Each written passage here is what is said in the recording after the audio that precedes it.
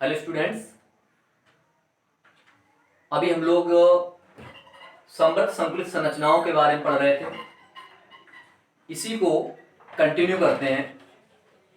इसमें एक विमीय समृद्ध संकुलन, द्विविमीय समृद्ध संकुलन और त्रिविमीय में समृद्ध संकुलन में हमने पढ़ लिया था simple cubic closed packed structure, यानी साधारण घनी संरचना किस तरह से प्राप्त होती है, ये पढ़ चुके हैं हम लोग। साधारण घनी संरचना प्राप्त करने के लिए क्या करते हैं, ये जो प्राप्त की जाती है ये द्विविमीय वर्गाकार समृद्ध संकुलित संरचनाओं से प्राप्त की जाती है। फिर रिवाइज करता हूं मैं, क्या करते हैं इसमें, ये लेयर ए हो गई 2 डायमेंशन में। अब क्या करते हैं 3 डायमेंशन बनाने के लिए, क्या हो गया, यानी इसमें 2 हो गई डायरेक्शन, एक ये हो गई एक ये हो गई। अपर डायरेक्शन नहीं है तो क्या करेंगे, इसमें अपर डायरेक्शन क्या करेंगे, इसके ऊपर और इस पर इस तरह से अरेंज किए जाते हैं। ऐसी सेकेंड इस लेयर के ऊपर, ऐसी इसके ऊपर, अब इसके ऊपर एक लेयर और अरेंज कर देंगे तो इस तरह से क्या होगा, इसमें एक थर्ड डायरेक्शन भी हो जाएगी। फिर इसमें अगर हम किसी सेंटर को लेते हैं तो इसमें क्या होता है, उनको जो मिलाते हैं तो एक साधारण घनी संरचना प्राप्त हो जाती है इस तरह से। तो इसका मतलब क्या हुआ, ये साधारण घनी समृद्ध संकुलन है। सबसे सिंपलेस्ट है, इस तरह से बनती है। बात करते हैं हम लोग षटकोणीय समृद्ध संकुलन। द्विविमीय संरचनाओं से त्रिविमीय समृद्ध संकुलित संरचना किस तरह से बनाते हैं, इसी को कंटिन्यू करते हैं। तो क्या करते हैं, पहले हम इस तरह से फर्स्ट लेयर, फिर उसके डिप्रेशन में सेकेंड लेयर, इस तरह से बनाते हैं। अब इसमें त्रिकोणीय रिक्ति बनती है। षटकोणीय समृद्ध संकुलन में त्रिकोणीय रिक्ति बनी थी। इसके ऊपर क्या करते हैं, हम एक सेकेंड लेयर अरेंज करते हैं, उसको कहते हैं लेयर बी। ये जो डॉटेड लाइन से शो की है ये क्या है, सेकेंड लेयर है, इस तरह से। फिर सेकेंड लेयर को अरेंज करने के बाद हमें देखते हैं कि इसमें 2 तरह के वॉइड्स क्रिएट हो जाते हैं। इसमें दूसरी लेयर को अरेंज करने के पश्चात देखते हैं कि इसमें 2 तरह के वॉइड्स या रिक्तियां उत्पन्न हो जाती हैं, जो क्रमशः क्या कहलाती हैं, चतुष्फलकीय और अष्टफलकीय रिक्तियां। चतुष्फलकीय रिक्ति इस तरह देखिए सेंटर में क्रिएट हो जाती है। अब इसको हम और इजीली समझ सकते हैं कि चतुष्फलकीय क्यों है ये तो इस तरह से,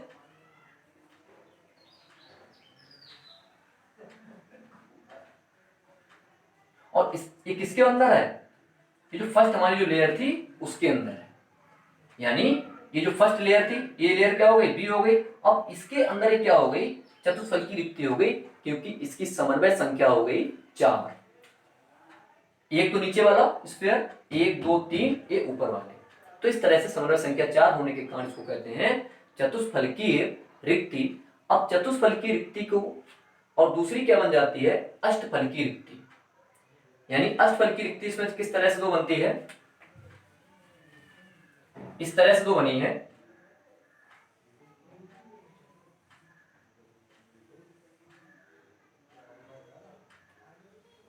ये क्या हो गई, फर्स्ट लेयर हो गई। अब क्या किया, इसके ऊपर हमने सेकंड लेयर को अरेंज किया,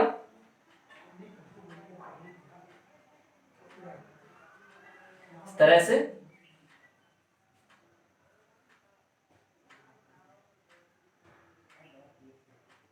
अब यहां पर जो है ये रिक्ति उत्पन्न हो गई, ये क्या कहलाएगी, अष्टफलकीय रिक्ति। इसका कोऑर्डिनेशन नंबर कितना है, 6। 1 2 3 गोले नीचे हो गए और 3 क्या हो गए, इसके ऊपर हो गए। तो इस तरह से क्या होती है, अष्टफलकीय रिक्ति उत्पन्न हो जाती है। अब क्या करते हैं, इन चतुष्फलकीय और अष्टफलकीय रिक्तियों को ऊपर एक थर्ड लेयर और अरेंज करते हैं। सबसे पहले क्या करते हैं, हम चतुष्फलकीय रिक्तियों के ऊपर एक अन्य लेयर को अरेंज करेंगे, यानी ये चतुष्फलकीय रिक्ति बनी है। अब इसके ऊपर क्या करें, एक दूसरी लेयर हम बनाते हैं। इस तरह से मैं डॉटेड इसको दिखा दिया रेड कलर से, शायद सही से दिख नहीं रहा होगा, इस तरह से। और भी यहां कर सकते हैं। तो इसमें क्या होता है, षटकोणीय समृद्ध संकुलित संरचना प्राप्त हो जाती है, यानी एससीपी संरचना प्राप्त हो जाती है। किस तरह से, यानी ये क्या हो गई, हमारी जो फर्स्ट लेयर हो गई, ठीक है। इसके ऊपर क्या हो गई, उसको ड्रा करते हैं।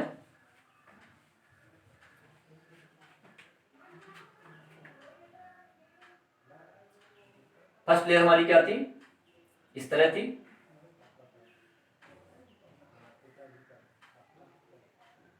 यहां एक गोला लगा लिया इस तरह से,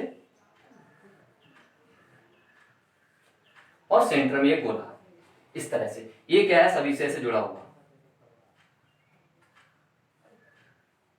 फर्स्ट लेयर हो गई, इसको देखिएगा, ठीक है।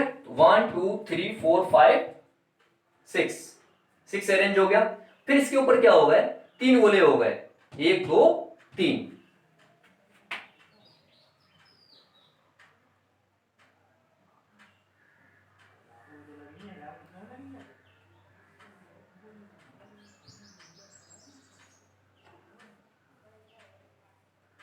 इस तरह से। फिर क्या होगा, इसके ऊपर एक अन्य लेयर हो,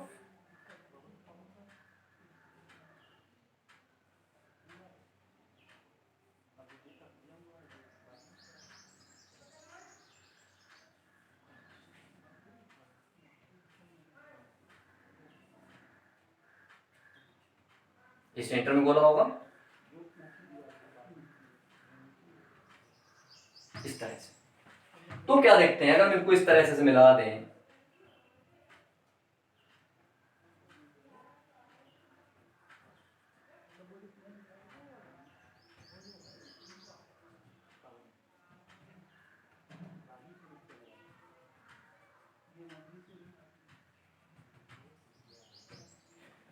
तो देखिएगा ये क्या बन गया, एक हेक्सागन बन गया। ये क्या षटकोण देखो बन गया, ये षटकोणी संरचना एक दो बन गई। ये हेक्सागोनल एक स्ट्रक्चर बन गई है, इसको कहते हैं षटकोणीय समृद्ध संकुलन। अब इसके कोऑर्डिनेशन नंबर की बात करते हैं कि इसमें प्रत्येक गोले का जो कोऑर्डिनेशन नंबर है वो कितना होगा। इसका नाम षटकोणी जरूर है, लेकिन यहाँ पर जो कोऑर्डिनेशन नंबर होगा 3 डायमेंशन में वो कितना होगा, 12। कोऑर्डिनेशन नंबर कितना होगा यहाँ पे, यानी समन्वय संख्या कितनी होगी, समन्वय संख्या का मान होगा इसके लिए 12। ये बार इसको फिर समझाता हूं मैं। देखिए ये फर्स्ट लेयर हो गई इस तरह से, इसको बोलेंगे लेयर ए। फिर क्या हुआ, इसके ऊपर लेयर बी अरेंज हमने की।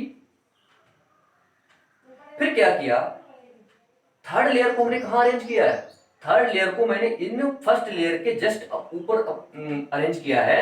यानी जो फर्स्ट लेयर के जो गोले थे उसके ऊपर क्या किया मैंने, थर्ड लेयर को लगाया। ये मैंने दिखाया था यहाँ पर इस तरह से बिल्कुल।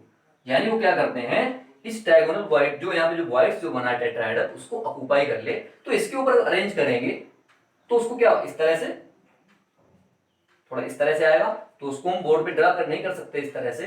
तो क्या करेंगे, इसको मैंने इस तरह से ऊपर, यानी ये लेयर क्या हो गई, इसके ऊपर वाली हो गई। यानी अगर हम इसके कॉर्नर्स को इस तरह से मिला देते हैं तो क्या बन जाती है, एक षटकोणीय संरचना बन जाती है। अब इसमें कोऑर्डिनेशन नंबर कितना होगा, 12 होगा। कैसे 12 होगा, 1 2 3 4 5 6, ठीक है। 6 तो ए होगा, यानी एक लेयर ए बी, इसका फिर से नाम क्या हो जाएगा, ए। इस तरह से कंटिन्यू चलता रहेगा बी। कोऑर्डिनेशन नंबर की बात करते हैं तो 3 और 3 6, और 3 क्या हो गए 9। अब इसके ऊपर हम फिर आगे बढ़ेंगे, यहां पर फिर हम जाते हैं तो क्या होगा, फिर एक ट्रायगोन इस तरह संरचना आपको प्राप्त होगी, यानी 3 गोले यहां फिर भी होंगे। ये संरचना क्या हो, कंटिन्यू आगे ऐसे बढ़ती चली जाएगी। तो मतलब इससे कितने अरेंज हैं, यानी इस सेंटर वाले गोले से ये कितने से अरेंज हो गया, 12 से अरेंज हो गया इस तरह से। 3 और 3 6 ये प्लेन में हो गए, 3 क्या हो गए इसके ऊपर हो गए, और 3 क्या हो गए इसके नीचे हो गए। तो इस तरह से कोऑर्डिनेशन नंबर जो होगा वो कितना होगा, 12 होगा। और यहाँ पे षटकोणीय संरचना प्राप्त होती है त्रिविमी में, इसलिए इसका नाम हो गया षटकोणीय, त्रिविम में षटकोणीय समृद्ध संकुलन। इसमें दूसरी चीज एक और निकालने को है, बहुत ही इंटरेस्टिंग है वो भी। अगर हमको इसमें निकालना है number of particles per unit cell in HCP, यानी षटकोणीय समृद्ध संकुलन में या षटकोणीय यूनिट सेल में प्रति इकाई सेल कणों की संख्या भी निकालने को आती है। तो हम देखते हैं इस संरचना के आधार पर तो निकाल लेंगे हम। इसमें कुल पार्टिकल्स वो कितने हैं, 1 2 3 4 5 6 और 6 ऊपर 6 12, ठीक है ना। तो नंबर ऑफ पार्टिकल्स निकालेंगे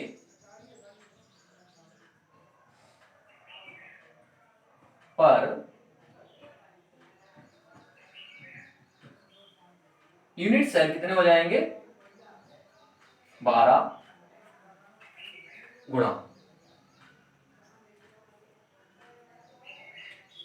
फिर इसमें जो प्रत्येक पार्टिकल है वो क्या होगा, कंट्रीब्यूशन यहाँ पे कितना होगा, एक पार्टिकल का यहाँ पर कंट्रीब्यूशन कितना होगा ये हमको देखना है। एक पार्टिकल का यहाँ पर जो कंट्रीब्यूशन होगा वो कितना होगा, 1/6 होगा यहाँ पर। ये देखिए कि एंगल ही कितना है, ये अगर हम इस एंगल की बात करें, ये इसका क्या है, वो ये 1/3 है, यानी हाफ गोला है ना बाहर हमको दिखाई दे रहा, हाफ कहाँ इसके पीछे होगा, यानी फुल गोले में कंट्रीब्यूशन कितना हुआ, 1/6 हो गया, 1/6। फिर क्या हुआ, 3 गोले क्या है इसके सेंटर में अंदर पड़े हुए हैं, तो कितना आ जाएगा, 12 इंटू 1/6 प्लस 3 और प्लस 1, तो इस तरह से कितना आएगा, 6 2 जा 12 6। तो हेक्सागोनल क्यूबिक यूनिट सेल में प्रति इकाई से जो कणों की संख्या होगी वो कितनी आती है, 6 आती है। इस तरह से ये हमारा टॉपिक आज का फिनिश होता है। फिर एक बार देख लीजिएगा ध्यान से इसको, इस तरह की ये संरचना इसमें बनती है। Okay, thank you.